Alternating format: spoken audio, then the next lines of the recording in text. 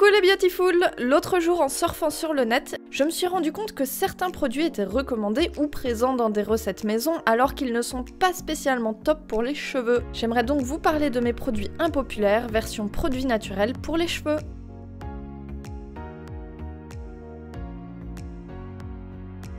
C'est parti avec le premier produit. C'est un paradoxe que je n'ai jamais compris.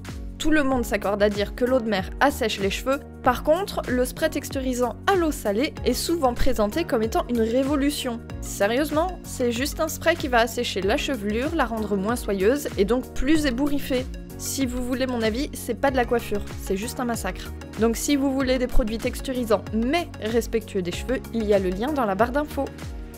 Je ne tomberai pas dans la facilité de vous faire un discours pro-vegan. Par contre, le miel revient très souvent dans les recettes pour les cheveux sur le net alors qu'il est très difficile d'usage. Il ne faut jamais l'utiliser pur, sinon il agresse les cheveux. Pas assez dilué, il rend les cheveux cartonneux. Dilué avec trop d'huile, cheveux cartonneux. Dilué avec un autre hydratant trop fort, cheveux cartonneux. Mal rincé, cheveux cartonneux.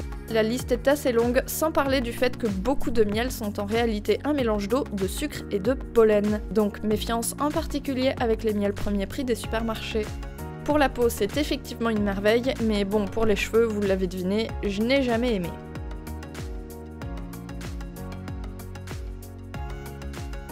D'une part, la glycérine peut elle aussi être issue des animaux. La mienne est végétale, mais le problème c'est qu'elle agit avec le même principe que le miel, pas assez dilué ou avec un produit incompatible. Ce n'est pas les cheveux cartonneux qu'elle laisse, mais poisseux. Donc pour cette simple raison, je ne l'apprécie pas du tout. Et pour la peau, je ne la trouve pas formidable non plus, d'autant plus que pour la remplacer facilement, vous pouvez vous tourner vers le gel de lin ou d'aloe vera, et les deux liens sont dans la barre d'infos. L'huile d'olive, alias l'huile qui m'a guéri mon eczéma.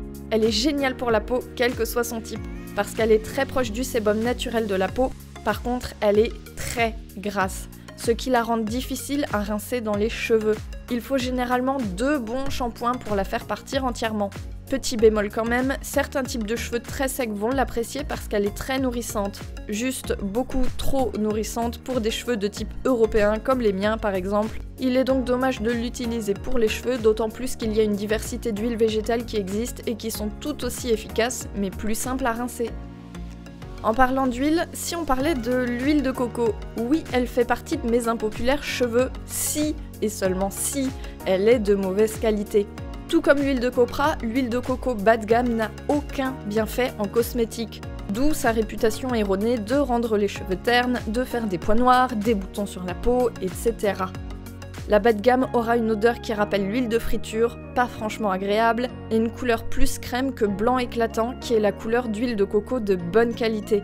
Pour ne pas vous faire avoir, pensez à lire les étiquettes et choisissez une huile extraite à froid ou au moins première pression à froid. Vierge, c'est-à-dire pure, et bio bien sûr, parce que celle-ci est géniale tant pour la peau que pour les cheveux.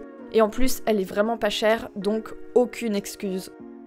Pour finir, le jus de citron. Encore une fois, pour la peau, il est top, mais pour les cheveux, c'est une autre histoire. Il a normalement les mêmes effets que le vinaigre de cidre, à un détail près. Certaines chevelures le détestent. Et quand c'est le cas, elles deviennent très sèches, ternes et impossibles à coiffer. Et comme il n'y a absolument aucune règle logique qui explique cette réaction, je vous conseille de faire un test sur une petite mèche pour être fixé.